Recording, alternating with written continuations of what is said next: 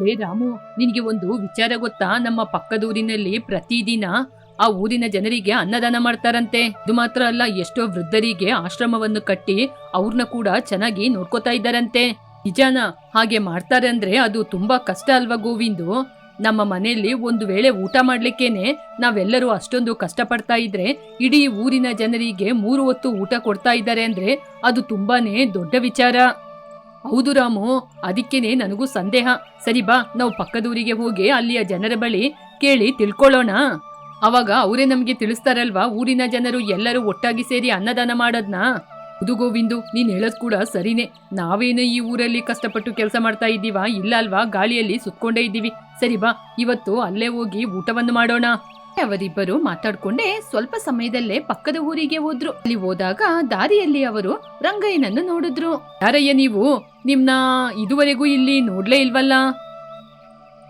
ಅಣ್ಣ, ನಮ್ದು ಪಕ್ಕದೂರು. ಒಂದ್ ಸಣ್ಣ ಕೆಲ್ಸದ ಮೇಲೆ ಈ ಊರಿಗೆ ಬಂದೋ. ಓ ಹೌದಾ, ಊಟದ ಸಮಯವಾಯಿತು. ನೀವು ಊಟ ಮಾಡಿದ್ರಾ? ಇಲ್ಲಣ್ಣ, ಮನೆಗೋಗಿ ಊಟ ಮಾಡ್ಬೇಕು. ಅಯ್ಯಯ್ಯೋ, ನೀವು ಮನೆಗೋಗಿ ತಲುಪುವಾಗ ತುಂಬಾ ಸಮಯ ಆಗುತ್ತೆ. ಬನ್ನಿ, ನಮ್ಮ ಆಶ್ರಮದಲ್ಲೇ ಊಟ ಮಾಡ್ಕೊಳ್ಳಿ ನೀವು. ಹಾಗೆ ಅಂತ ಹೇಳಿದಾಗ ರಂಗಯ್ಯ ಅವರನ್ನು ಆಶ್ರಮಕ್ಕೆ ಕರ್ಕೊಂಡೋಗಿ ಅವರಿಗೆ ಹೊಟ್ಟೆ ತುಂಬಾ ಊಟವನ್ನು ಕೊಟ್ಟ. ಆಗ ಅವರು ಅಲ್ಲೇ ನಿಂತ್ಕೊಂಡು ಆ ಊರಿನ ವಿಶೇಷತೆಯನ್ನು ನೋಡಿದ್ರು. ನೋಡ್ದ ಗೋವಿಂದು, ಆಶ್ರಮ ಎಷ್ಟೊಂದು ಪರಿಶುದ್ಧವಾಗಿದೆ ಅಂತ. ಎಷ್ಟು ಚೆನ್ನಾಗಿ ಊಟ ಕೊಟ್ರು. ನಾವು ಇದುವರೆಗೂ ಎಷ್ಟೋ ಕಡೆ ತಿರುಗಿದೀವಿ, ಇಂಥ ಊಟನ ಎಲ್ಲೂ ತಿನ್ನಲಿಲ್ಲ. ನೋಡೋ, ಆ ವಯಸ್ಸಾದ ವ್ಯಕ್ತಿಗಳನ್ನ ಕೂಡ ಎಷ್ಟು ಚೆನ್ನಾಗಿ ನೋಡ್ಕೋತಾ ಇದ್ದಾರೆ ಅಂತ. ಇದು ಇವತ್ತು ನೆನ್ನೆಯ ಕತೆ ಅಲ್ಲ ಕಣೋ. ಅವ್ರು ಇಷ್ಟು ಕಷ್ಟಪಟ್ಟು ನೋಡ್ಕೋಬೇಕಂದ್ರೆ ಎಷ್ಟು ಪರಿಶ್ರಮ ಪಟ್ಟಿರ್ಬೇಕು. ನೀವು ನಿಜವಾಗ್ಲೂ ತುಂಬಾ ಧನ್ಯರು. ನಿಮ್ಮ ಊರಿನಲ್ಲಿ ಇಷ್ಟೊಂದು ಕಷ್ಟಪಟ್ಟು ಅನಾಥಾಶ್ರಮ, ಎಲ್ಲರಿಗೂ ಊಟ ಕೊಡ್ತಾ ಇದ್ದೀರಾ, ವೃದ್ಧಾಶ್ರಮವನ್ನು ನಡೆಸ್ತಾ ಇದ್ದೀರಾ. ಇದೆಲ್ಲ ಮಾಡ್ಬೇಕು ಅಂದ್ರೆ ತುಂಬಾನೇ ಶ್ರಮ ಇರ್ಬೇಕು. ಹೌದು, ಇದನ್ನೆಲ್ಲ ಆರಂಭಿಸಲು ಏನಣ್ಣ ಕಾರಣ? ಅಯ್ಯೋ ತಮ್ಮ, ಹಣ ಅಂದ್ರೆ ಅದಕ್ಕೆ ಲೆಕ್ಕ ಇರುತ್ತೆ. ಇಲ್ಲಿ ನಡೆಯುವುದು ಒಳ್ಳೆತನನೇ, ಅದೇ ನಮಗೆ ಲೆಕ್ಕ. ಇದರ ಹಿಂದೆ ನಮ್ಮ ರಾಮಲಮ್ಮ ತಾಯಿ ಶಾಂಬಯ್ಯ ತಂದೆ ಇದ್ದಾರೆ. ಅವರ ಕತೆನೇ ನಮ್ಮನ್ನು ಈ ರೀತಿ ಬದಲಾಯಿಸಿರೋದು. ಅವ್ರನ್ನೇ ನಾವು ದೇವರು ಅಂತ ಬೇಡ್ಕೋತೀವಿ. ಕರೀಲಿಕ್ಕೆ ಕೂಡ ಒಂದು ದೊಡ್ಡ ಕಥೆಯೇ ಇದೆ. ಏನು, ದೇವರು ಮಾಡಿದ ಮನುಷ್ಯರ? ಏನಣ್ಣ, ಕೇಳಲಿಕ್ಕೆ ವಿಚಿತ್ರವಾಗಿದೆ. ಆ ಕಥೆಯ ಬಗ್ಗೆ ಹೇಳಿ. ಸರಿ ಬನ್ನಿ, ಆ ಮರದ ಕೆಳಗೆ ಕೂತ್ಕೊಳ್ಳೋಣ, ಸ್ವಲ್ಪ ಗಾಳಿ ತಗೊಂಡು ಮಾತಾಡೋಣ. ಇದು ಎಲ್ಲವೂ ಒಂದು ನಿಜವಾದ ಘಟನೆ. ಆಗ ಆ ಕಥೆಯ ಬಗ್ಗೆ ಆಲೋಚನೆ ಮಾಡುತ್ತಾ ರಾಮಲಮ್ಮನ ಬಗ್ಗೆ ಹೇಳಲಾರಂಭಿಸಿದ. ಸ್ವಲ್ಪ ವರ್ಷಗಳ ಹಿಂದೆ ನಮ್ಮ ಊರು ಕೂಡ ನಿಮ್ಮ ಊರಿನ ಹಾಗೇನೇ ಇತ್ತು. ಅವರವರ ಕೆಲಸ ಅವರಿಗೆ, ಅವರವರ ಸ್ವಾರ್ಥ ಅವರಿಗೆ. ಆದ್ರೆ ನಮ್ಮ ರಾಮಲಮ್ಮ ತಾಯಿ ಸಾಂಬವಯ್ಯ ಅದಕ್ಕೆ ಭಿನ್ನವಾದವರು.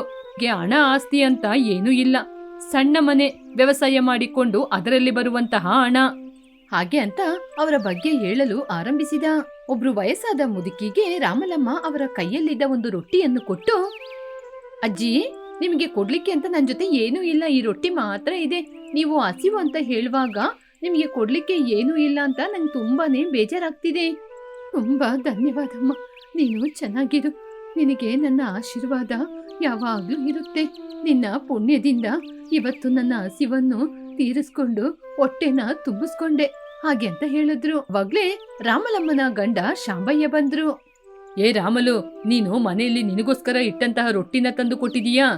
ಪರವಾಗಿಲ್ಲ ರೀ, ನನಗೆ ಅಂತ ಏನಾದ್ರೂ ಸಿಗ್ಬೋದು. ಆದ್ರೆ ಆ ಅಜ್ಜಿ ಹಸಿವಲ್ಲಿ ಒದ್ದಾಡುವಾಗ ನನ್ನಿಂದ ನೋಡ್ಕೊಂಡು ಇರ್ಲಿಕ್ಕೆ ಆಗ್ಲಿಲ್ಲ ರೀ. ಹೀಗೆ ಅವರಿಗೆ ಊಟ ಕೊಡದಿದ್ದಿದ್ರೆ ನನ್ ಮನ್ಸು ಎಷ್ಟೊಂದು ದುಃಖ ಪಡ್ತಿತ್ತೋ. ರಾಮಲಮ್ಮ, ಇವಾಗ ಅವರಿಗೆ ಕೊಟ್ಬಿಟ್ಟೆಲ್ಲ. ಸರಿ ಬಾ, ಮನೆಗೆ ಹೋಗೋಣ.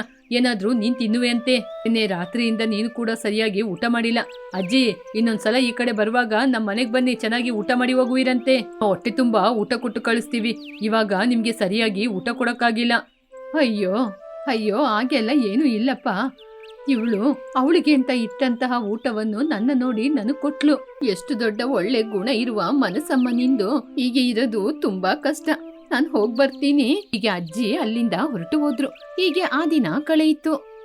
ಮರುದಿನ ಪಟ್ನದಿಂದ ಬಂದಂತಹ ಒಬ್ಬ ವ್ಯಕ್ತಿ ತುಂಬಾನೇ ಹಸಿವಲ್ಲಿ ಒದ್ದಾಡ್ತಾ ಇದ್ದ. ಅಯ್ಯ, ಎಲ್ಲಿಂದ ಬಂದ್ರಿ? ತುಂಬಾ ಹಸಿವಾಗ್ತಾ ಇದೀಯಾ? ನಾನು ಪಟ್ನದಿಂದ ಬರ್ತಾ ಇದ್ದೀನಿ. ತುಂಬಾನೇ ಹಸಿವಾಗ್ತಾ ಇದೆ. ಯಾರ ಜೊತೆ ಆದ್ರೂ ಕೇಳೋಣ ಅಂದ್ರೆ ನನಗೆ ನಾಚಿಕೆ ಆಗ್ತಿದೆ. ನೋಡು ತಮ್ಮ, ಇದ್ರಲ್ಲಿ ನಾಚಿಕೆ ಪಡ್ಲಿಕ್ಕೆ ಏನೂ ಇಲ್ಲ. ಸರಿ ಬಾ, ನನ್ ಮನೆಗೆ ಬಾ, ಹೊಟ್ಟೆ ತುಂಬಾ ಊಟ ಕೊಡ್ತೀನಿ. ಹಾಗೆ ಅಂತ ತನ್ನೊಡನೆ ಕರ್ಕೊಂಡೋಗಿ ತನಗೆ ಅಂತ ಇಟ್ಕೊಂಡಿದ್ದ ರಾಗಿ ಅಂಬ್ಲಿನೂ ಉಪ್ಪಿನಕಾಯಿ ಕೊಟ್ಟ. ಈ ರಾಗಿ ಅಂಬ್ಲಿ ಕುಡ್ದು ಇಲ್ಲಿ ಸ್ವಲ್ಪ ಹೊತ್ತು ವಿಶ್ರಾಂತಿ ತಗೊಳ್ಳಿ. ಹಾಗೆ ಅಂತ ತನ್ನ ಪೆಟ್ಟಿಗೆಯಿಂದ ಸ್ವಲ್ಪ ಹಣವನ್ನು ತೆಗೆದು, ಈ ಹಣವನ್ನು ನಿಮ್ಮ ದಾರಿ ಖರ್ಚಿಗೆ ಇಟ್ಕೊಳ್ಳಿ. ಅಣ್ಣ, ನನ್ನ ಕಷ್ಟ ನಿಮಗೆ ಹೇಗಣ್ಣ ಗೊತ್ತಾಯ್ತು? ಈ ಕಾಲದಲ್ಲೂ ಸ್ವಾರ್ಥ ಇಲ್ಲದೆ ಇರುವ ನಿಮ್ಮ ಮನಸ್ಸು ನೋಡಿ ನಂಗೆ ಸಂತೋಷ ಆಗ್ತಿದೆ. ನಿಮಗೋಸ್ಕರ ಇಟ್ಟಂತಹ ಗಂಜಿಯನ್ನು ಕೂಡ ನನಗೆ ಕೊಟ್ರಿ. ನಿಮಗೆ ಹೇಗೆ ಧನ್ಯವಾದ ಹೇಳೋದು ಅಂತ ನನಗೆ ಗೊತ್ತಾಗ್ತಾ ಇಲ್ಲ. ನೀನು ಕಷ್ಟಪಡ್ತಾ ಇದ್ದೀಯ ಅಂತ ನನ್ನ ಕಣ್ಣಿಗೆ ಗೊತ್ತಾಯ್ತು. ನಿನಗೆ ಸಾಧ್ಯವಾದ್ರೆ ನಿನ್ನ ಕೈಯಲ್ಲಾದಷ್ಟು ಸಹಾಯನ ಇನ್ನೊಬ್ರಿಗೆ ನೀನು ಮಾಡು. ರಂಗ ತನ್ನ ಕಥೆಯನ್ನು ಮುಂದುವರಿಸುತ್ತಾ, ಹೀಗೆ ಅವರು ಅವರ ಕೈಯಲ್ಲಾದ ಸಹಾಯವನ್ನು ಪ್ರತಿಯೊಬ್ಬರಿಗೂ ಮಾಡ್ತಾನೆ ಇದ್ರು. ಹೀಗೆ ಅವರು ಹಸಿವಲ್ಲೂ ಇದ್ರೂ ಕೂಡ 10 ಜನಕ್ಕೆ ಅನ್ನದಾನವನ್ನು ಮಾಡ್ತಾ ಇದ್ರು. ಇದನ್ನು ನೋಡಿದ ಊರಿನ ಜನರು ಇವರಿಗೆ ಎಲ್ಲಿಂದನೂ ಹಣ ಬರ್ತಾ ಇದೆ, ಆ ಹಣದಿಂದಲೇ ಇವರು ದಾನ ಮಾಡ್ತಿದ್ದಾರೆ ಅನ್ಕೊಂಡ್ರು. ಒಂದು ದಿನ ಒಬ್ಬ ಕಳ್ಳ ರಾತ್ರಿ ಸಮಯದಲ್ಲಿ ಅವರು ದಾನ ಮಾಡುವುದನ್ನು ನೋಡಿ, ಈ ಸಾಂಬಯ್ಯನ ಮನೆಯಲ್ಲಿ ಇವತ್ತು ಕಳ್ಳತನ ಮಾಡಬೇಕು, ಇವರ ಕೈಯಲ್ಲಿ ಎಷ್ಟೊಂದು ಹಣ ಇಟ್ಕೊಂಡಿದ್ರೆ ಇನ್ನೊಬ್ಬರಿಗೆ ಇವರು ಸಹಾಯ ಮಾಡ್ತಾರೆ, ಇವತ್ತು ಇವರ ಮನೆಯಲ್ಲಿರುವ ಎಲ್ಲ ಹಣವನ್ನು ನಾನು ಹೇಗಾದ್ರೂ ಮಾಡಿ ದೋಚ್ಕೊಂಡು ತಗೊಂಡೋಗ್ಬಿಡ್ಬೇಕು. ಹೀಗೆ ಮನಸ್ಸಲ್ಲಿ ಆಲೋಚನೆ ಮಾಡಿಕೊಂಡು ಅರ್ಧರಾತ್ರಿಯಲ್ಲಿ ಸಾಂಬಯ್ಯ ರಾಮಲಮ್ಮ ಇರುವಾಗ ಅವರ ಮನೆಗೆ ಕದಿಲಿಕ್ಕೆ ಹೋದ. ಮನೆಯಲ್ಲಿ ಎಲ್ಲಾ ಕಡೆ ಹುಡುಕಾಡಿದ, ಅವನಿಗೆ ಎಲ್ಲೂ 1 ರೂಪಾಯಿ ಸಿಗ್ಲಿಲ್ಲ. ಆವಾಗ ರಾಮಲಮ್ಮ ಸಾಂಬಯ್ಯ ಹೊರಗಡೆ ಬಂದ್ರು. ರಾಮಲಮ್ಮ, ನಾಳೆ ನಾವು ಯಾರಿಗೆ ಊಟ ಕೊಡೋದು? ಇವತ್ತೇ ನಮ್ಮ ಕೈಯಲ್ಲಿರುವ ಅಕ್ಕಿ ಎಲ್ಲನೂ ಖಾಲಿ ಆಯ್ತು. ಏನ್ರಿ, ನೀವಾಗೆ ಬೇಜಾರ್ ಮಾಡ್ಬೇಡಿ. ನಮ್ಮ ಪಕ್ಕದ ಮನೆ ಸರೋಜಮ್ಮನಿಗೆ ನಾಳೆ ಧಾನ್ಯವೆಲ್ಲ ಕೈ ಸೇರುವ ದಿನ. ಅವ್ರ ಜೊತೆ ಧಾನ್ಯನ ಸಾಲ ಕೇಳೋಣ, ಇಲ್ಲದಿದ್ರೆ ನಮ್ಮ ಕೈಯಲ್ಲಿರುವ ವಸ್ತುವನ್ನು ಮಾರಿಯಾದ್ರೂ ಅನ್ನದಾನ ಮಾಡೋಣ. ಹೌದು ರಾಮಲಮ್ಮ, ಮನುಷ್ಯನ ಆ ದೇವ್ರು ಸೃಷ್ಟಿ ಮಾಡಿದ್ದು ಒಬ್ಬರಿಗೊಬ್ಬರು ಸಹಾಯ ಮಾಡ್ಕೊಳ್ಳಿಕ್ಕೆ ತಾನೇ. ನಮಗೆ ಆಗದಿದ್ರು ನಾವು ಕಷ್ಟಪಟ್ಟಾದ್ರೂ ಇನ್ನೊಬ್ಬರ ಹಸಿವನ್ನು ತೀರಿಸೋಣ. ನಾವು ಇರುವಷ್ಟು ದಿನ ನಮಗೆ ಇಲ್ಲದಿದ್ರು ಹಸಿವು ಅಂತ ಬಂದವರಿಗೆ ನಾವು ಸಹಾಯ ಮಾಡೋಣ. ದೊಡ್ಡ ಕೆಲಸ ಮಾಡ್ಲಿಕ್ಕೇನೆ ಆ ದೇವ್ರು ನಮ್ನ ಕಳಿಸಿದಂಗಿದೆ. ಮಾತನ್ನು ಕೇಳಿ ಕತ್ತಲಲ್ಲಿ ಇರುವಂತಹ ಕಳ್ಳನ ಮನಸ್ಸೇ ಕರಗಿ ಹೋಯಿತು. ಅವರ ಕೈಯಲ್ಲಿ ಏನೂ ಇಲ್ಲ. ಅವರು ಕಷ್ಟದಲ್ಲಿದ್ರೂ ಕೂಡ ಇನ್ನೊಬ್ಬರಿಗೆ ಸಹಾಯ ಮಾಡ್ಬೇಕು ಅನ್ಕೊಂಡಿದ್ದಾರೆ. ಹಾಗೆ ಅಂತ ಹೊರಗೆ ಬಂದು ಅವರ ಕಾಲಿಗೆ ಬಿದ್ದ. ಅಯ್ಯ, ನೀವು ನನ್ನ ಕ್ಷಮಿಸ್ಬೇಕು. ನಾನು ನಿಮ್ಮ ಬಳಿ ಕಳ್ಳತನ ಮಾಡ್ಲಿಕ್ಕೆ ಬಂದೆ. ನಿಮ್ನ ನಾನು ಹಣ ಇರೋರು ಅನ್ಕೊಂಡಿದ್ದೆ. ಆದ್ರೆ ನೀವು ನಿಮ್ಮ ಕೈಯಲ್ಲಿ ಹಣ ಇಲ್ಲದಿದ್ರು ನೀವೇ ದೊಡ್ಡ ಶ್ರೀಮಂತರು. ಮನಸ್ಸೇ ನಿಮ್ಮ ಆಸ್ತಿ. ಯಾರಪ್ಪ ನೀನು? ಯಾಕೆ ಅಳ್ತಾ ಇದೀಯಾ? ನೀನು ಕಳ್ಳತನ ಮಾಡ್ಲಿಕ್ಕೆ ಬಂದೆ ಅಂತ ಗೊತ್ತಾಯ್ತು ನಮ್ಗೆ. ಆದ್ರೆ ನೀನು ಇಷ್ಟೊಂದು ಪಶ್ಚಾತ್ತಾಪ ಪಡ್ತಾ ಇದೀಯಲ್ವಾ, ಆ ದೇವ್ರು ನಿನ್ನ ಕ್ಷಮಿಸ್ತಾನೆ. ಹೊರಡು. ನಾನು ಹೋಗೋದಿಲ್ಲ. ದಯವಿಟ್ಟು ನನ್ನ ಕೂಡ ನಿಮ್ ಜೊತೆನೆ ಇರಿಸ್ಕೊಳ್ಳಿ. ನಿಮ್ಮ ಸೇವೆ ಮಾಡ್ಲಿಕ್ಕೆ ನನಗೂ ಒಂದು ಅವಕಾಶ ಕೊಡಿ. ನನಗೆ ಈ ರೀತಿ ಮನಸ್ಸು ಕೊಟ್ಟಿದ್ದಕ್ಕೆ ನಿಮಗೆ ತುಂಬಾ ಧನ್ಯವಾದಗಳು. ನಾನು ಕೂಡ ನಿಮ್ಮ ಹಾಗೆ ಸೇವೆ ಮಾಡ್ತೀನಿ. ಹಾಗೆ ಅಂತ ಹೇಳಿದ. ಹೀಗೆ ಹೇಳಿದ ನಂತರ ರಾಮು ಆ ಮಾತನ್ನು ನಿಲ್ಲಿಸಿದ. ಓ ಹೌದಾ, ಆ ಕಳ್ಳನ ಆ ಆಶ್ರಮ ಕಟ್ಲಿಕ್ಕೆ ಆರಂಭಿಸಿದ್ದು? ಹೌದು, ಆ ಕಳ್ಳ ಯಾರು? ಆಮೇಲೆ ಏನ್ ನಡೀತು? ಹೌದು, ಆ ಕಳ್ಳನೇ ಈ ಊರಿನ ಜನರಲ್ಲಿ ಬದಲಾವಣೆ ತರಲಿಕ್ಕೆ ಕಾರಣ. ನೀವು ಮಾಡಿದ ದೊಡ್ಡ ಬದಲಾವಣೆಯಿಂದನೇ ಈ ಊರೇ ಬದಲಾಯಿತು. ಹೌದಾ, ಅವನ್ ಮಾಡಿದ ಸಹಾಯ ಏನು? ಒಬ್ಬ ಕಳ್ಳನ ಮನಸ್ಸೇ ಹೀಗೆ ಬದಲಾಯಿತು ಅಂತ ಈ ಊರಿನಲ್ಲಿರೋರು ಒಬ್ಬೊಬ್ಬರಾಗಿ ಅವನ ಜೊತೆ ಸೇರಲು ಆರಂಭಿಸಿದ್ರು. ಈ ಊರಿನ ಜನರೆಲ್ಲ ಸೇರಿ ಈ ಆಶ್ರಮ ಹಾಗೇನೆ ವೃದ್ಧಾಶ್ರಮ ಅನ್ನದಾನವನ್ನು ಮಾಡ್ತಾ ಇದ್ದಾರೆ. ಇಷ್ಟಕ್ಕೂ ಆ ಕಳ್ಳ ಯಾರು? ಆ ಕಳ್ಳನ ಸಹಾಯದಿಂದ ರಾಮಲಮ್ಮ ಈ ಊರು ಎಲ್ಲವೂ ಬದಲಾಯ್ತಲ್ವಾ? ರಂಗ ಆ ಮಾತನ್ನು ಕೇಳಿ ತನ್ನ ಎದೆ ಮೇಲೆ ಕೈಯನ್ನು ಇಟ್ಕೊಂಡು, ಆ ಕಳ್ಳ ಯಾರೂ ಅಲ್ಲ, ನಾನೇ. ನೀವು ಹೇಳಿದ್ದು ನಿಜಾನೇ. ಅವರು ದೇವರು ಮಾಡಿದಂತ ಮನುಷ್ಯರೇ. ಒಬ್ಬ ಕಳ್ಳನ ಮನಸ್ಸನ್ನು ಬದಲಾಯಿಸಿ ಎಲ್ಲರಿಗೆ ಅನ್ನದಾನ ಮಾಡುವ ರೀತಿ ಮಾಡಿದಾರಂದ್ರೆ ನಿಜವಾಗಿ ಅವರು ದೊಡ್ಡವರು. ನಿಜಾನೇ, ಹಣಕ್ಕಿಂತ ಮನಸ್ಸೇ ದೊಡ್ಡದು ಅಂತ ನಿಮ್ಮ ಊರಿನವರು ನಿರೂಪಿಸಿದ್ದಾರೆ. ಗಣ್ಣ, ನಿಮ್ಮ ಸ್ಫೂರ್ತಿನ ನಮ್ಮ ಊರಿಗೂ ತಗೊಂಡೋಗ್ತೀವಿ. ನಿಮ್ಮ ಊರಿನ ಹಾಗೆ ನಮ್ಮ ಊರಲ್ಲೂ ಸಹಾಯ ಮಾಡ್ಲಿಕ್ಕೆ ನೋಡ್ತೀವಿ. ಕಣೋ, ನಾನು ಕೂಡ ಆಲೋಚನೆ ಮಾಡ್ತಾ ಇದ್ದೆ. ಹೀಗೆ ರಂಗ ಆ ಊರಿಗೆ ಯಾರೇ ಬಂದ್ರು ಅವರಿಗೆ ಊಟ ಕೊಟ್ಟು ಆ ದೇವರಂತ ಮನುಷ್ಯರ ಬಗ್ಗೆ, ಆ ಊರಿನ ಹೆಮ್ಮೆಯ ಬಗ್ಗೆ ಯಾವಾಗ್ಲೂ ಹೇಳ್ತಾ ಇದ್ದ. ಹೊಸದಾಗಿ ಕೆಲಸವನ್ನು ಕಲ್ತ್ಕೊಂಡ ವೆಂಕಣ್ಣ ಕಾಡಿನ ದಾರಿಯಲ್ಲಿ ನಡ್ಕೊಂಡು ಬರ್ತಾ ಇದ್ದ. ದಾರಿಯಲ್ಲಿ ಬರುವಾಗ ಅವನಿಗೆ ಕರಡಿಯ ಶಬ್ದ ಕೇಳಿ ಅವನು ಬರುವಾಗ ಅಲ್ಲೇ ನಿಂತೋದ. ಅಯ್ಯೋ ದೇವ್ರಿ, ಏನಿದು ಶಬ್ದ ಆಗ್ತಾ ಇರೋದು? ಕರಡಿ ಎಲ್ಲಾದ್ರೂ ನನ್ನ ನೋಡಿದ್ರೆ ಆಮೇಲೆ ನನ್ನ ಕೊಂದು ಬಿಡುತ್ತೆ. ಹೀಗೆ ಅವನು ಮನ್ಸಲ್ಲಿ ಆಲೋಚನೆ ಮಾಡ್ತಾ ಇದ್ದಂಗೆ ಕರಡಿ ಅವನ ಮುಂದೆ ಬಂದು ನಿಲ್ತು. ಅದನ್ನು ನೋಡಿ ಅವನು ತುಂಬಾನೇ ಭಯಪಟ್ಟು ಅಲ್ಲಿಂದ ಓಡಲಾರಂಭಿಸಿದ.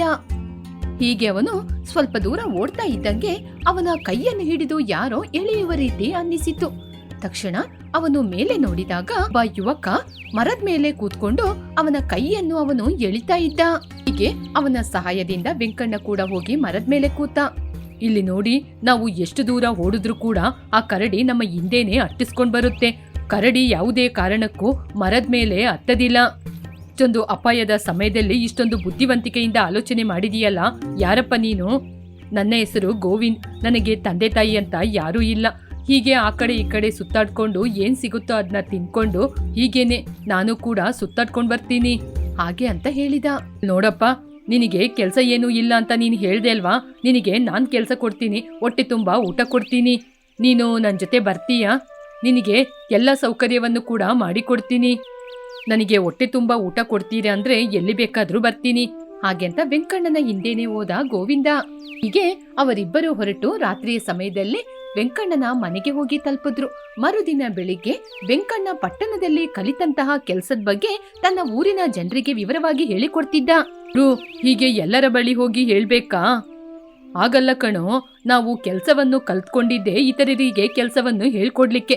ಆಗಿರುವಾಗ ಎಲ್ಲರ ಬಳಿ ಹೋಗಿ ಕೆಲಸವನ್ನು ವಿವರವಾಗಿ ಹೇಳ್ಕೊಡ್ಬೇಕಲ್ವಾ ಗುರು? ಹಾಗಾದ್ರೆ ಒಬ್ಬೊಬ್ಬರ ಬಳಿ ಹೋಗಿ ಹೇಳಲಿಕ್ಕೆ ಎಲ್ಲರಿಗೂ ಒಂದೇ ಕಡೆ ಕೂರಿಸಿ ಎಲ್ಲರಿಗೂ ತಿಳಿಯುವ ಹಾಗೆ ಮಾಡುವುದು ಒಳ್ಳೇದು ತಾನೇ? ವೆಂಕಣ್ಣ ಗೋವಿಂದು ಹೇಳಿದ ಸಲಹೆಯಂತೆ ಹಾಗೇನೆ ಮಾಡೋಣ ಅಂತ ತೀರ್ಮಾನ ಮಾಡ್ದ.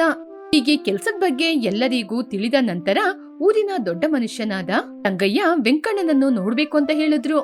ಅಯ್ಯ, ನಮಸ್ಕಾರ ಅಯ್ಯ. ನನ್ನ ನೋಡ್ಬೇಕು ಅಂತ ಬರಕ್ ಹೇಳಿದ್ರಂತೆ. ಲೇ ವೆಂಕಣ್ಣ, ನಾನು ನಿನ್ನ ತಂದೆ ತಾಯಿ ತೀರ್ಕೊಂಡ ತಕ್ಷಣ ನಿನ್ನ ನನ್ ಜೊತೆ ಇಟ್ಕೋಬೇಕು ಅಂತ ನೋಡ್ಲಿಕ್ಕೆ ಬಂದೆ. ಆವಾಗ್ಲೇ ನೀನು ಎಲ್ಲೋ ಹೊರಟೋಗಿದ್ದೆ. ಹೌದು, ನಿನ್ನ ಯಾರಾದ್ರೂ ಕರ್ಕೊಂಡೋಗಿರ್ತಾರೆ ಅಂತ ನಾನು ಕೂಡ ಹಾಗೇನೆ ಸುಮ್ಮನಾದೆ. ತಂದೆ ತಾಯಿಯನ್ನು ಕಳ್ಕೊಂಡ ನೀನು ದುಃಖ ಪಡದೆ ಹಾಗೇನೆ ಒಂದೇ ಕಡೆ ಕೂರದೆ ಊರಿನ ಜನರ ಒಳಿತಿಗೋಸ್ಕರ ಪ್ರಚಾರವನ್ನು ಮಾಡ್ತಾ ಇದೆಯಲ್ವಾ? ನಿನ್ನ ನೋಡಿದ್ರೆ ನನಗೇನೆ ಹೆಮ್ಮೆ ಅನಿಸ್ತಾ ಇದೆ. ಅಯ್ಯ, ತಂದೆ ತಾಯಿಯವರ ಕಾರ್ಯ ಎಲ್ಲ ಮುಗಿದ ತಕ್ಷಣ ನಾನು ಈ ಊರು ಬಿಟ್ಟು ಹೊರಗೆ ಹೋಗಿ ಹೇಗಾದ್ರೂ ಜೀವನ ಮಾಡಬೇಕು ಅಂತ ಅಲ್ಲಿ ಪಟ್ಟಣಕ್ಕೆ ಹೋಗಿ ಕೆಲಸವನ್ನು ಕಲ್ತ್ಕೊಂಡು ನಮ್ಮ ಊರಿನವರಿಗೆ ಏನಾದ್ರೂ ಉಪಕಾರ ಆಗುತ್ತೆ ಅಂತ ಇಲ್ಲಿಗೆ ಮತ್ತೆ ತಿರುಗಿ ಬಂದೆ. ನಾನು ಇರುವ ಈ ಮನೆ ತುಂಬಾನೇ ಹಳೇದಾಗಿದೆ. ಅದರಿಂದ ಊರಲ್ಲಿ ಹೊಸದಾಗಿ ಒಂದು ಮನೆ ಕಟ್ಟೋಣ ಅಂತ ತೀರ್ಮಾನ ಮಾಡಿದ್ದೀನಿ. ನೀನು ಕೂಡ ಮನೆ ಚೆನ್ನಾಗಿ ಕಟ್ತೀಯಲ್ವಾ? ನನ್ನ ಮನೆಯನ್ನು ಕಟ್ಟುವ ಕೆಲಸವನ್ನು ಕೂಡ ನೀನೇ ತಗೋ. ಯಾವಾಗಿಂದ ಕೆಲಸ ಆರಂಭಿಸ್ತೀಯ ಅಂತ ಹೇಳ್ಬಿಡು.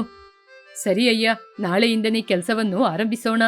ಹಾಗೆ ಅಂತ ಹೇಳಿ ವೆಂಕಣ್ಣ ಮನೆಗೆ ಬಂದ. ಆಗ ಗೋವಿಂದು ಕಾಡಿಗೆ ಹೋಗಿ ಹಣ್ಣುಗಳನ್ನು ಕುಯ್ಕೊಂಡ್ಬಂದು ಮನೇಲಿ ಕೂತು ತಿಂತಾ ಇದ್ದ. ಲೇ, ನಮ್ಮ ಊರ ಯಜಮಾನ್ರಿಗೆ ಒಂದು ಮನೆಯನ್ನು ಕಟ್ಬೇಕಂತೆ. ಆ ಕೆಲಸವನ್ನು ನಾಳೆಯಿಂದನೇ ಆರಂಭಿಸ್ಬೇಕು ಹಾಗೆ ಹೇಳಿ ಆ ದಿನ ಇಬ್ಬರು ನೆಮ್ಮದಿಯಾಗಿ ನಿದ್ರೆ ಮಾಡಿ ಮಾರನೇ ದಿನ ಬೆಳಿಗ್ಗೆ ಬೇಗ ಎದ್ರು. ಹೀಗೆ ಸ್ವಲ್ಪ ದಿನದಲ್ಲೇ ಅವರು ಅಂದುಕೊಂಡ ಹಾಗೆ ಸುಂದರವಾದ ಮನೆಯನ್ನು ನಿರ್ಮಾಣ ಮಾಡಿ ಊರಿನ ದೊಡ್ಡ ಮನುಷ್ಯನನ್ನು ಕರೆದು ಮನೆಯನ್ನು ತೋರಿಸಿದ್ರು. ಬಾಬಾ ವೆಂಕಣ್ಣ, ನಿನ್ನ ಕೈಗುಣ ತುಂಬಾ ಚೆನ್ನಾಗಿದೆ. ಇಷ್ಟು ದೊಡ್ಡ ಮನೆಯನ್ನು ನಾನು ಇದುವರೆಗೂ ನೋಡ್ಲೇ ಇಲ್ಲ. ಇಷ್ಟೊಂದು ಅದ್ಭುತವಾದ ದೊಡ್ಡ ಮನೆ ಈ ಊರಲ್ಲಿ ಎಲ್ಲೂ ಇಲ್ಲ. ನಿನ್ನ ಕೈಗುಣಕ್ಕೆ ಎಷ್ಟು ಹಣ ಕೇಳಿದ್ರೂ ಕೊಡ್ಬೋದು. ನಾನು ನನ್ನ ಕೈಯಲ್ಲಿರುವ 2 ಎಕರೆ ಜಾಗವನ್ನು ಕೊಡ್ತೀನಿ, ನೀನು ತಗೋ. ವೆಂಕಣ್ಣ ಕೂಡ ಅವರು ಕೊಟ್ಟ 2 ಎಕರೆ ನೆಲವನ್ನು ತೆಗೆದುಕೊಂಡ. ಹೀಗೆ ಸ್ವಲ್ಪ ದಿನದಲ್ಲೇ ವೆಂಕಣ್ಣನ ಕೆಲಸವನ್ನು ನೋಡಿ ಎಲ್ಲರೂ ಮನೆ ಕಟ್ಲಿಕ್ಕೆ ವೆಂಕಣ್ಣನನ್ನೇ ಕರಿತಾ ಇದ್ರು. ಹೀಗೆ ವೆಂಕಣ್ಣ ಪ್ರತಿದಿನ ಕೆಲಸವನ್ನು ಮಾಡ್ತಾ ಇದ್ದ. ಹೀಗೆ ದಿನಗಳು ಕಳೀತಾ ಇತ್ತು. ವೆಂಕಣ್ಣನಿಗೆ ಒಳ್ಳೆ ಹಣ ಬರುವ ಕಾರಣ ಅವನಿಗೆ ಮದುವೆ ಸಂಬಂಧ ಕೂಡ ಹುಡ್ಕೊಂಡ್ ಬಂತು. ಗುರು, ನಿಮಗೆ ಮದುವೆ ಮಾಡ್ಲಿಕ್ಕೆ ವಯಸ್ಸಿದೆ, ಹಣ ಬಂತು, ಇದೇ ಸರಿಯಾದ ಸಮಯ ಅನ್ಸುತ್ತೆ ನಿಮಗೆ ಮದುವೆ ಆಗ್ಲಿಕ್ಕೆ. ನನಗೂ ಕೂಡ ಅದೇ ಸರಿ ಅಂತ ಅನ್ಸ್ತಾ ಇದೆ ಕಣು. ಮುಂದೆ ಬರುವಂತಹ ಸಂಬಂಧವನ್ನು ನಾನು ನೋಡಿ ಸರಿಯಾಗಿದ್ರೆ ತಕ್ಷಣ ನಾನು ಮದುವೆ ಮಾಡ್ಕೋತೀನಿ. ಮರುದಿನನೇ ಸುಂದರಿ ಎನ್ನುವ ಹುಡುಗಿಯ ಸಂಬಂಧ ಕೂಡ ಹುಡ್ಕೊಂಡ್ ಬಂತು. ಆ ಹುಡುಗಿಯ ಸಂಬಂಧ ಅವನಿಗೆ ಇಷ್ಟವಾದ ಕಾರಣ ಮದುವೆಗೆ ಒಪ್ಪಿಕೊಂಡ. ವೆಂಕಣ್ಣ ಮದುವೆ ಕೆಲಸದಲ್ಲಿ ಇರೋದ್ರಿಂದ ಗೋವಿಂದ ಎಲ್ಲ ಕೆಲಸವನ್ನು ನೋಡ್ಕೊಳ್ತಾ ಇದ್ದ. ಹೀಗೆ ಗೋವಿಂದು ಕೆಲಸ ನೋಡ್ಕೊಳ್ತಿದ್ದಾಗ ಅವನ ಕೆಲಸದಲ್ಲಿರುವ ಮಾರವ್ವ ಗೋವಿಂದನನ್ನು ನೋಡಿ ಹೀಗೆ ಹೇಳಿದ್ರು. ಗೋವಿಂದು, ನೀ ವೆಂಕಣ್ಣನ ಕೆಲಸಕ್ಕೋಸ್ಕರ ಇಷ್ಟೊಂದು ಒದ್ದಾಡ್ತಾ ಇದ್ದೀಯಲ್ಲ, ಇದರಿಂದ ನಿನಗೆ ಸಿಗುವಂತಹ ಲಾಭ ಆದ್ರೂ ಏನು? ಜಿ, ನನಗೆ ತಂದೆ ತಾಯಿ ಯಾರೂ ಇಲ್ಲ. ಎಲ್ಲೋಗೋದು ಎಲ್ಲಿರೋದು ಅಂತ ನಾನು ಒದ್ದಾಡ್ತಾ ಇರುವ ಸಮಯದಲ್ಲಿ ವೆಂಕಣ್ಣನೇ ನನಗೆ ಇಂಥ ಒಳ್ಳೆ ಜೀವನ ಕೊಟ್ಟಿದ್ದಾರೆ. ಇದಕ್ಕಿಂತ ಮಿಗಿಲಾದದ್ದು ನನಗೆ ಏನ್ ಬೇಕಾಗಿದೆ? ಇಲ್ಲಿ ನೋಡಪ್ಪ, ಆ ವೆಂಕಣ್ಣ ಆರಾಮವಾಗಿ ಮದ್ವೆ ಕೆಲ್ಸನ ನೋಡ್ಕೋತಾ ಇದ್ದಾನೆ. ಆದ್ರೆ ನೀನ್ ಮಾತ್ರ ಕಷ್ಟಪಟ್ಟು ಕೆಲಸ ಮಾಡ್ತಾ ಇದ್ದೀಯಾ. ಅದಕ್ಕೆ ತಾನೇ ನಾನ್ ನಿನ್ಗೆ ಬುದ್ಧಿ ಹೇಳಲಿಕ್ಕೆ ಬಂದಿದ್ದು. ನೀನ್ ಕೇಳಿದ್ರೆ ಕೇಳು, ಕೇಳದಿದ್ರೆ ಹೋಗು. ನನ್ ಕೆಲಸ ಮಾಡಕ್ ಬಂದಿದ್ದೀನಿ, ಕೆಲಸ ಮಾಡ್ಕೊಂಡು ಹೊರಟೋಗ್ತೀನಿ. ಗೋವಿಂದು ಮನಸ್ಸಲ್ಲಿ ಬಿತ್ತನೆಯನ್ನು ಬಿತ್ತಿ ಮಾರಮ್ಮ ಕೆಲ್ಸಕ್ಕೆ ಹೊರಟೋದ್ರು. ಗೋವಿಂದು ಮೊದಲು ಆವೇಶದಿಂದ ಮಾತಾಡಿದ್ರು ಕೂಡ ಆಮೇಲೆ ಅವನು ಯೋಚಿಸಲು ಆರಂಭಿಸಿದ. ಮಾರಮ್ಮ ಹೇಳಿದ ಬಗ್ಗೆ ಆಲೋಚನೆ ಮಾಡಿದ್ರೆ, ನಾನು ಮೊದಲು ಬಂದ ದಿನದಲ್ಲಿ ವೆಂಕಣ್ಣ ನನಗೆ 3 ಹೊತ್ತು ಊಟ ಕೊಟ್ಟು ಚೆನ್ನಾಗಿ ನೋಡ್ಕೊಂಡ. ಆಗ ಕೂಡ 3 ಹೊತ್ತು ಊಟ ಆಗ್ತಾನೆ ಹೊರತು ಕೈಗೆ 1 ರೂಪಾಯಿ ಹಣ ಕೂಡ ಕೊಡೋದಿಲ್ಲ. ಮದ್ವೆ ವಯಸ್ಸು ಬಂತು ಅಂತ ಅವನಿಗೆ ಮಾತ್ರ ಹುಡುಗಿ ನೋಡ್ಕೊಂಡು ಮದ್ವೆ ಆಗ್ಲಿಕ್ಕೆ ಸಿದ್ಧನಾಗಿದ್ದಾನೆ. ಆದ್ರೆ ನನಗೂ ಕೂಡ ಮದ್ವೆ ವಯಸ್ಸು ಬಂತಲ್ಲ, ನೀನು ಮದ್ವೆ ಆಗ್ತೀಯ ಅಂತ ನನ್ ಜೊತೆ ಒಂದ್ ಮಾತಾದ್ರೂ ಕೇಳಿದ್ನ? ಮಾರವ್ವ ಹೇಳಿದ ರೀತಿ ವೆಂಕಣ್ಣ ನನ್ನ ಕೂಡ ಒಬ್ಬ ಕೆಲ್ಸದವನಂಗೆ ನೋಡ್ತಾ ಇದ್ದಾನ. ಹಾಗೆ ಅಂತ ಅವನು ಆಲೋಚನೆ ಮಾಡ್ತಾ ಇದ್ದಂಗೆ ಊರಿನ ದೊಡ್ಡ ಮನುಷ್ಯ ಆ ಕಡೆ ಎತ್ತಿನ ಗಾಡಿಯಲ್ಲಿ ಹೋಗ್ತಾ ಇದ್ದವರು ಗೋವಿಂದನನ್ನು ನೋಡಿ ಅವನ ಬಳಿ ಬಂದು, ಗೋವಿಂದು, ಅಲ್ಲಿ ನಿನ್ನ ವೆಂಕಣ್ಣನಿಗೆ ಮದುವೆ ಆಗ್ತಾ ಇದ್ರೆ ನೀನೇನು ಇಲ್ಲಿ ಕೂಲಿ ಕೆಲ್ಸದವನಂಗೆ ಕೆಲಸ ಮಾಡ್ತಾ ಇದ್ದೀಯಾ? ನಾನು ಆ ಕಡೆನೆ ಹೋಗ್ತಾ ಇದ್ದೀನಿ, ನಿನ್ನನ್ನು ಕರ್ಕೊಂಡೋಗ್ತೀನಿ ಬಾ. ಏನು ವೆಂಕಣ್ಣನಿಗೆ ಮದ್ವೆನಾ? ನನಗೆ ಒಂದು ಮಾತು ಕೂಡ ಹೇಳಲಿಲ್ಲ. ನನ್ನ ಅವನು ಸಂಬಂಧಿಕ ಅಂತ ಯೋಚನೆ ಮಾಡಿದ್ರೆ ವಿಷಯ ಹೇಳ್ತಾ ಇದ್ದ, ಕೆಲ್ಸದವನು ಅಂತ ತಾನೇ ನನ್ಗೆ ಏನು ಹೇಳಲಿಲ್ಲ. ಪ್ರಿಯದ ಮದುವೆಗೆ ಹೋಗ್ಬೇಕಾಗಿದ್ದು ಅವಶ್ಯಕತೆ ಇದೆಯಾ? ಹಾಗೆ ಗೋವಿಂದು ಆಲೋಚನೆ ಮಾಡ್ತಾ ಇದ್ರು. ಅವನಿಗೆ ಇರುವಂತಹ ಒಂದೇ ಒಂದು ಸಂಬಂಧ ವೆಂಕಣ್ಣ ಅಂತ ಅವನು ನಿಲ್ಲಲಿಲ್ಲ. ಊರಿನ ದೊಡ್ಡ ಮನುಷ್ಯನ ಜೊತೆ ಸೇರಿ ಮದುವೆಗೆ ಅಂತ ಹೊರಟ. ಮದುವೆ ಹಸಿಮಣೆಯಲ್ಲಿ ಕೂತಿದ್ದ ವೆಂಕಣ್ಣ, ಲೇ, ಇಷ್ಟೊತ್ತು ನೀನು ಎಲ್ಲ ಹೋಗಿದ್ದೆ? ನನಗೆ ಇಲ್ಲಿ ಮದುವೆ ನಡೀತಾ ಇದ್ರೆ ನೀನು ಎಲ್ಲೋ ಹೊರಟೋಗಿದೀಯಾ? ನೀನ್ ಎಲ್ಲಿದ್ದೀಯಾ ಅಂತ ಇಷ್ಟೊತ್ತು ಎಲ್ಲರ ಜೊತೆ ಕೇಳ್ತಾ ಇದ್ದೆ. ಸರಿ, ಇವಾಗ್ಲಾದ್ರೂ ಬಂದೆ ಅಲ್ಲ, ಕೂತ್ಕೋ. ಹಾಗೆ ಅಂತ ವೆಂಕಣ್ಣ ಹೇಳ್ತಾ ಇದ್ದಂಗೆ ಯಾರೋ ಸಂಬಂಧಿಕರು ಬಂದು ವೆಂಕಣ್ಣನ ಬಳಿ ಏನೋ ಹೇಳಿದಾಗ, ನಮ್ಮ ಗೋವಿಂದ ಇದ್ದಾನಲ್ಲ, ಅವನ ಜೊತೆ ಹೇಳಿ ಅವನೆಲ್ಲ ಕೆಲಸವನ್ನು ನೋಡ್ಕೋತಾನೆ. ಏನೋ ಗೋವಿಂದು, ಅಲ್ಲೇನೋ ಕೆಲಸ ಇದೆ ಅಂತೆ, ಹೋಗಿ ಮಾಡು. ಹಾಗೆ ಅಂತ ಗೋವಿಂದಿಗೆ ಕೆಲಸವನ್ನು ಹೇಳಿ ಮತ್ತೆ ಪುನಃ ಹೋಗಿ ಹಸಿಮಣೆಯಲ್ಲಿ ಕೂತ್ಕೊಂಡ. ಆ ದಿನ ಮದುವೆ ಎಲ್ಲ ಮುಗೀತು. ಮರುದಿನ ಹೆಂಡತಿಯನ್ನು ಕರೆದುಕೊಂಡು ಮನೆಗೆ ಬಂದ ವೆಂಕಣ್ಣ. ವರೆಗೂ ಆ ಮನೆಯಲ್ಲಿ ವೆಂಕಣ್ಣನ ಜೊತೆ ಇದ್ದಂತಹ ಗೋವಿಂದು ಇವಾಗ ಹೊಸದಾಗಿ ಮದುವೆಯಾಗಿ ಬರುವಂತಹ ದಂಪತಿಗಳ ಮಧ್ಯೆ ತಾನು ಇದ್ರೆ ಚೆನ್ನಾಗಿರಲ್ಲ ಅಂತ ಅವನೇ ಮನಸ್ಸೊಳಗೆ ಆಲೋಚನೆ ಮಾಡಿ, ಹೋಗ್ಲಿಕ್ಕೆ ಕೂಡ ಮನೆ ಇಲ್ಲ, ಆದ್ರೆ ಇರ್ಬೇಕಂದ್ರೂ ಈ ಮನೆಯಲ್ಲಿ ಇರ್ಲಿಕ್ಕಾಗಲ್ಲ.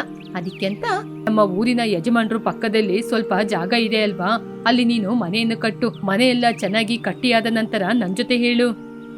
ಹೊಸ ಮನೆ ಕಟ್ಟಲು ಗೋವಿಂದಿಗೆ ಹೇಳಿ ಅರ್ಜೆಂಟ್ ಆಗಿ ಮನೆಯೊಳಗೆ ಹೊರಟು ಹೋದ ವೆಂಕಣ್ಣ. ಮೊದ್ಲೆಲ್ಲ ಮನೆನ ಹೇಗೆ ಕಟ್ಬೇಕು, ಯಾವ ರೀತಿ ಕಟ್ಬೇಕು ಅಂತ ಹೇಳಿ ಕೊಡ್ತಾ ಇದ್ರು. ಆದ್ರೆ ಇವಾಗ ಹೆಂಡತಿ ಬಂದ ತಕ್ಷಣ ಏನೋ ಒಂದು ಹೇಳಿ ಮನೆಯೊಳಗೆ ಹೋದ್ರು. ಅವ್ರ ಜೊತೆ ಕೆಲಸ ಮಾಡಿ ಇವಾಗ ನನ್ ಕೆಲ್ಸಕ್ಕೆ ಬಾರದವನಾಗ್ಬಿಟ್ಟೆ. ನಾನಿವಾಗ ಕೆಲ್ಸಕ್ಕೆ ಬಾರದವನು ಯಾವ ರೀತಿ ಮನೆನ ಕಟ್ಟಕ್ಕಾಗುತ್ತೆ?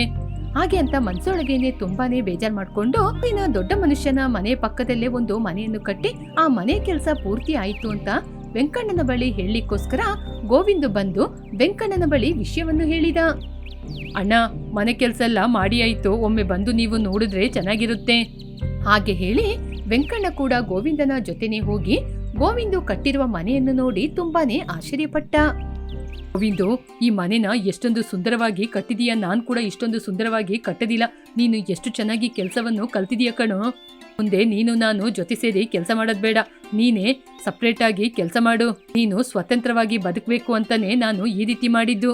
ನೋಡು, ಈ ಮನೆ ಯಾರಿಗೋ ಅಲ್ಲ, ನಿನಗೇನೆ. ನಿನಗೂ ಕೂಡ ಮದ್ವೆ ವಯಸ್ಸಾಯ್ತು, ಸಂಬಂಧನ ಹುಡುಕ್ತಾ ಇದ್ದೀನಿ, ಆದಷ್ಟು ಬೇಗ ಮದ್ವೆ ನಿನಗೆ.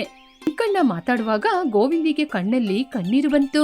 ಅಣ್ಣ, ನನಗೆ ನಿಮ್ಮ ಮೇಲೆ ಸ್ವಲ್ಪ ಕೋಪ ಇದ್ದಿದ್ದು ನಿಜಾನೇ. ಆದ್ರಿಂದ ಮನೆನ ಸರಿಯಾಗಿ ಕಟ್ಟದ್ ಬೇಡ ಅಂತ ನಾನು ತೀರ್ಮಾನ ಮಾಡಿದೆ. ಆದ್ರೆ ನನ್ನ ಕೈ ನಾನು ಹೇಳಿದ ಕೆಲಸವನ್ನು ಮಾಡ್ಲಿಲ್ಲ. ಅದು ತುಂಬಾ ಚೆನ್ನಾಗಿ ಮನೆಯನ್ನು ಕಟ್ಟಿತ್ತು. ಆದ್ರೆ ನೀವು ನನಗೋಸ್ಕರ ಇಷ್ಟೆಲ್ಲ ಮಾಡ್ತೀರಾ ಅಂತ ಅನ್ಕೊಂಡಿರ್ಲಿಲ್ಲ. ಕೆಲ್ಸಕ್ಕೆ ಮರ್ಯಾದೆ ಕೊಡೋರು ಯಾರು ಕೂಡ ತಪ್ಪಾಗಿ ಮನೆಯನ್ನು ಕಟ್ಟದಿಲ್ಲ. ಆಗಿದೇನೋ ಆಗಿಯೋಯ್ತು, ಇನ್ ಮುಂದೆ ನೀನು ಚೆನ್ನಾಗಿ ಕೆಲಸ ಮಾಡು. ಗೋಸ್ಕರ ಒಬ್ಬ ಅಣ್ಣ ಇದ್ದೀನಿ ಅಂತ ನೀನು ಮರಿಬೇಡ. ಹಾಗೆ ಅಂತ ಹೇಳಿ ವೆಂಕಣ್ಣ ಅಲ್ಲಿಂದ ಹೊರಟು ಹೋದ.